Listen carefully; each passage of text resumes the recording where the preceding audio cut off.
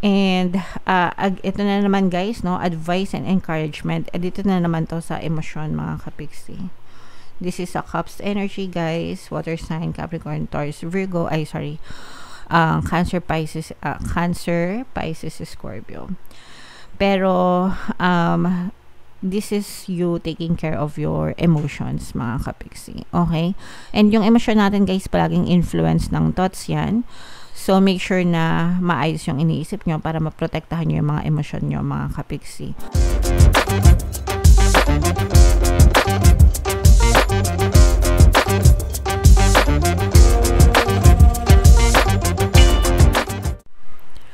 Hello guys, hello Virgo, welcome back to Pinoy Pixie Tarot. Ang pamagat ng episode natin for tonight is June 1 to 15 kapalaran, mga kapiksi para sa Virgo, Sun, Moon, Rising, Sun, and Venus. Just in case hindi kayo naka-resonate dun sa monthly kapalaran nyo for June, Virgo, try nyo panoorin to, baka nandito yung energy nyo. General reading lang guys, pwede mag-resonate, pwedeng hindi, combination ng positive and negative energy. Unahin natin tong deck na to guys, tingnan natin yung mga mensahe sa inyo Virgo ngayong June 1 to 15. Hostilities in upright. Ito guys, this is a message of danger, so mag-ingat kayo, no? Mag-ingat kayo mga kapiksi. Ito yung mapaminsalang energy guys. So, ito yung mga toxic na tao, toxic na sitwasyon, toxic na bagay. So, hanggang kaya nyo guys, iwasan nyo yung mga ganong klase ng sitwasyon para hindi kayo mapahamak. Kasi ibig sabihin nito, you are prone to attack. You are vulnerable to attack mga kapiksi. Okay? So, yeah, mag-ingat guys. Syempre, kailangan magdasal, sabihin ng pagdadasal. Humingi ng protection at ng gabay mga kapiksi. Pero kayo din, protektahan nyo rin yung sarili nyo. Huwag kayo basta-basta sumuong or pumatol, ganyan. Huwag magpadalos-dalos, ganyan. Para hindi kayo mapahamak, guys. Okay? Another message for you, Virgo. Eto guys, we have all tied up. Ibig sabihin nito, medyo parang very limited yung mga kilos mo, yung mga galaw mo, kahit na may gusto kang gawin, parang hindi mo magawa. Let's say, for example, gusto mong nagtatrabaho ka, tapos gusto mong umadlad yung buhay mo, gusto mong magnegosyo, pero wala ka namang kapital, no? So, yun yung ibig sabihin, parang very limited yung resources mo, yung galawan mo, kahit na gustong-gusto mo, pero hindi mo magawa. Okay? O kaya naman, gusto mong magnegosyo, may kapital ka nga, kaya lang wala ka namang oras kasi full-time ka sa trabaho. Nagets nyo ba?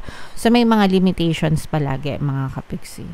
So, syempre guys, pag gusto, may paraan. Pag ayaw, may dahilan. So, let's not, alam yun, magpatalo sa mga excuses, di ba? Pwede naman gawa ng paraan, di ba? So, depende na lang yun sa inyo, mga kapiksi. Alright? And then, another message, Virgo, is we have the Angel of Love in reverse. Kapag naka-reverse ito mga kapiksi, maaaring magkaroon kayo ng trouble sa mga relationship, no? Pero hindi lang siya sa romantic relationship, pwede rin sa mga tawag dito, platonic than romantic relationship. So, yung mga pakikisama natin sa ibang tao guys, sa mga kapamilya natin, kaibigan, kapitbahay, ganyan. So, medyo pag-ingatan natin para hindi kayo mapaaway or para, alam niyo yun, hindi magkaroon ng miscommunication or misunderstanding, mga kapiksi. Okay? Alright. So, comment down below, Virgo, if feeling nyo naka-resonate kayo dyan. Tingnan natin yung ganap sa nyo guys ngayong June 1 to 15. Shuffle ko to guys. Habang sinashuffle ko to, panoorin nyo muna yung video natin regarding sa ating paano mag-manifest ng abundance video course. Kapiksi, sawa ka na ba sa mga struggles at hirap sa buhay mo? Masipag ka ba at masikap sa buhay ngunit hindi ka pa rin umaasenso? Ilang beses ka na bang nag-attempt magnegosyo at mag-invest pero palagi ka pa rin nalulugi? Sa pagkakataon na ito ay maaaring may subconscious beliefs ka na nagiging balakid sa iyong pag-unlad at pagyaman. Introducing, paano mag-manifest ng abundance video course. Dito ay matututunan mong ma-overcome ang mga balakid mo para tuluyan ka ng umunlad, umasenso, sumagana, maging matagumpay, successful at maswerte sa iyong kabuhayan, pera, trabaho, negosyo, salapi at kaperahan ng bonggang-bongga. Dali, Mag-send na ng email sa pinoypixietarot@gmail.com at simulan na ang iyong pagyaman ngayon. Alright, so sa lahat ng gusto mag-avail ng course guys, may promo tayo, ongoing promo until May 31. Pwede kayong mag-avail ng 1 free pampaswerte subliminal o kaya naman 200 pesos na discount until May 31 yan guys. And meron din tayong bagong video course mga kapiksi, pampawala ng kabit, pampawala ng third party, and magkaroon ng harmonious na relationship. So, para yan sa mga kapiksi natin na may problema sa third party situation sa mga relasyon nila. Ongoing promo tayo dyan guys, 30% discount dahil yan ay introduction price mga kapiksi. So, make sure na mag-avail kayo. Sobrang ganda guys. At saka sobrang laki ng discount. Samantalahin nyo guys. Okay? Yeah. So, Virgo guys, kaya in-represent ng King of Pentacles sa ating spread. So, yung first energy natin guys, this is your current self. Okay? So, for some of you mga kapiksi, no, parang meron kayong mga dinadamdam guys, no? Pero parang that's you protecting yourself. Kasi parang, sa labas, let's say for example, sa labas, nakangiti kayo, pero deep inside, meron kayong mga pinagdadaanan na sabihin natin hindi masyadong maganda, ganyan, pero hindi nyo siya pinapakita sa mga tao sa paligid nyo. And okay lang naman yun mga kapiksi, no? Ang importante is don't be too hard on yourself. Sometimes kailangan talaga natin yun para maging tayo, no? Maging makasurvive, para protektahan yung sarili natin, di ba? Pero yeah, alagaan nyo din yung sarili nyo. Sabi ko nga, don't be too hard on yourself mga kapiksi. Okay? And then yung next na energy naman natin guys is yung theme of the month. Ano yung theme of the month? This is a water sign energy. Cancer, Pisces, Scorpio. Parang sinasabi dito guys na alagaan nyo yung sarili nyo, yung emosyon nyo mga kapiksi. Tingnan pa natin. Ayan, so medyo alagaan nyo yung emosyon nyo guys kasi you are so broken hearted mga kapiksi. So ibig sabihin nito, kailangan nyong ayusin yung sarili nyo. Kaya nga yung iba sa nyo guys, sabi ko nga diba, parang you are strong on the outside, pinapakita nyo na strong kayo, pero sa inside nyo parang hindi kayo masyadong okay, and this is what's happening to you mga kapiksi. You have a lot of emotional pain na kailangan nyong alagaan, kailangan yung protektahan, or kailangan yung ayusin. So, healing ito mga kapiksi. This one, this is another person na makakatulong para sa yung emotional pain. Pero I'm also sensing na this is you mga kapiksi. Parang, taking back your power para alagaan yung sarili mong emosyon. To be exact mga kapiksi, kasi may mga emotional pain na pinagdadaanan kayo. So if in case naka-resonate kayo guys, pwede nyo pakinggan yung ating Ho'oponopono and Self-Love Subliminal. The best combo yun guys para sa mga kapiksi natin na may pinagdadaanan guys. Okay? Now, yung next card natin mga kapiksi is yung key goal to pursue. Ano yung key goal na ipupursue nyo guys? Gusto nyo makawala sa mga problema. Okay? So, this is about moving on mga kapiksi. So, nakita natin guys, no, na pwedeng pwedeng dala ng mga problema nyo, pwedeng problema sa relasyon, o kaya problema sa pera, mga kapiksi, pero ang goal nyo right now is to move on, to move forward, and magbabay dun sa mga problema na dinadanas nyo mga kapiksi. Alright? Yung obstacle na kailangan nyong ma-overcome guys, ito yung yung parang you're waiting for you're waiting for a person, no? Meron kayong inaantay mga kapiksi, parang inaantay nyo na mag-chat, nag-aantay kayo ng communication. Kailangan nyong ma-overcome siya mga kapiksi in such a way na dadating yan kung ine-expect mo, dadating yan. Kumbaga parang huwag kayong mag-check palagi, no? Nag-text na ba? Kinontak na ba ako? Dumating na ba? Bakit hindi ako kinokontak? Yung mga ganun. The more na chine-check mo yon, the more na nagkikreate ka ng resistance mga kapiksi. So, let it happen naturally. Guys, para hindi kayo masyadong ma-stress. So, kailangan nyong i-overcome yun. You have to learn to let go over some things na hindi nyo naman makokontrol, mga kapiksi. Okay? So, just chill, relax, guys. Even yung mga tulong, no? Kasi yung iba sa inyo parang nag-aantay kayo ng tutulong sa inyo, guys. Help yourself, no? Help yourself, kapiksi.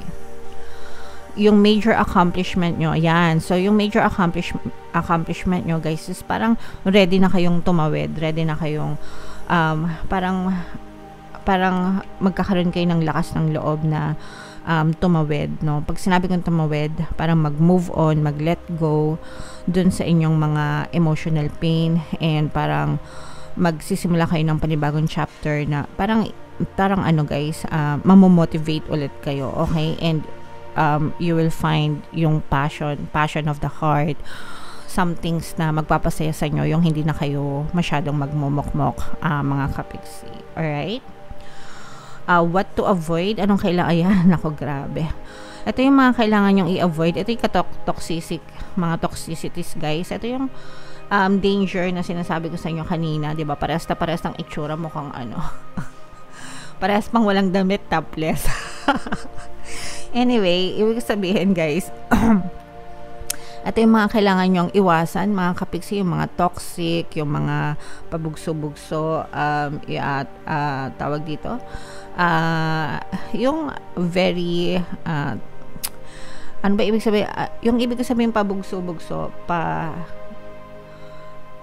yung parang hindi nag-iisip, ganyan, parang talon na lang ng talon, padalos-dalos pala, hindi pala pabugso-bugso, padalos-dalos, no? Huwag kayong magpadalos-dalos, iwasan nyo yun, guys, and iwasan nyo makinig sa mga kanigahan sa paligid nyo, yung nag-i-impluwensya, ayan, no? Parang ini-impluwensyahan kayo nga ng kanigahan. Ito, ikaw, okay? So, iwasan nyo magpa-impluwensya na sa mga kanigahan. Protect yourself, mga kapiksi, para mas lalo kang hindi mapahama. Kasi, sometimes, may mga problema na nga tayo, di ba? And naintindihan ko naman yun, guys. Pero the more na kinukwento nyo siya, the more na sinasabi nyo siya, the more na nire-relieve nyo, Ibig sabihin, parang binubuhay nyo lalo, mga kapiksi. Okay? And sometimes, makakarinig pa kayo ng mga hindi magagandang advice from other people. Sometimes, baka mapaaway pa kayo, ganyan. So, much better to help yourself, mga kapiksi. Alright? What to embrace? Embrace your freedom, guys. No? Embrace yourself. Have fun. Celebrate, mga kapiksi. Life is too short. Parang sinasabi dito na enjoy. Mag-enjoy ka. Life is too short, mga kapiksi. Huwag ka masyadong magpatalo sa mga problema, guys. Depende kasi yan, guys. Meron talaga mga tao na sobrang emotional. Meron din namang ibang mga tao na although may problema, nakakaya pang ngumiti. So, saan kayo doon, mga kapiksi? Depende talaga yan, guys, sa perception nyo. Hindi ko naman sinasabing kalimutan yung mga problema nyo, pero wag nyo masyadong dibdibin, guys, para hindi masyadong mabigat sa pakiramdam. Okay? Where to find support, mga kapiksi? Ito, guys, this is sa sarili mo rin tayo, no? Kasi this is about self-confidence, mga kapiksi. So, if you believe in yourself, kapag nagtiwala ka sa sarili mo, kakayanin mo talaga, mga kapiksi. Kaya nga, sinabi ko kanina, diba, help yourself. And uulitin ko na naman ngayon, help yourself, mga kapiksi. Because at the end of the day, kahit ano pa, or sino pang mga tao sa paligid mo, kahit ano pang advice nila, ikaw pa rin yung pinaka number 1 na makakatulong sa iyo. Okay? And ito na naman, guys, no, advice and encouragement. Dito na naman to sa emosyon, mga kapiksi. This is a Cups energy, guys. Water sign, Capricorn, Taurus, Virgo, Cancer, Pisces, Scorpio. Pero this is you taking care of your emotions, mga kapiksi. Okay? And yung emosyon natin, guys, palaging influence ng thoughts yan. So, make sure na maayos yung iniisip nyo para maprotektahan nyo yung mga emosyon nyo, mga kapiksi. Kapag masyado kayong emotional, vulnerable kayo sa mga attack, ito yung sinasabi, no? Kaya, kukunin ko na naman to. Ibig sabihin, vulnerable kayo sa attack, madali kayong atakihin, ganyan. Lalo na kung emotional kayo, kasi matitrigger kayo, no? So, medyo alagaan yung mga emosyon nyo, alagaan yung mga puso nyo, mga kapiksi. Wag kayong magpadalos-dalos, guys. Okay? So, comment down below, Virgo, if naka-resonate kayo sa mga message ngayong June 1 to 15, no? In case hindi kayo naka-resonate dito, try nyo panoorin yung monthly horoscope natin for June. Baka nandun yung energy nyo, guys. So, comment down below guys if naka-resonate kayo. Ito yung ating mga pampaswerte subliminals. Pakinggan nyo guys para makatulong sa inyo. And ito naman yung ating success stories ng paano mag-manifest ng abundance video course. Click here to subscribe guys and click here to join our membership program. Thank you for liking, sharing, and subscribing. And see you again next time. I love you all guys. Have a nice day. Bye-bye.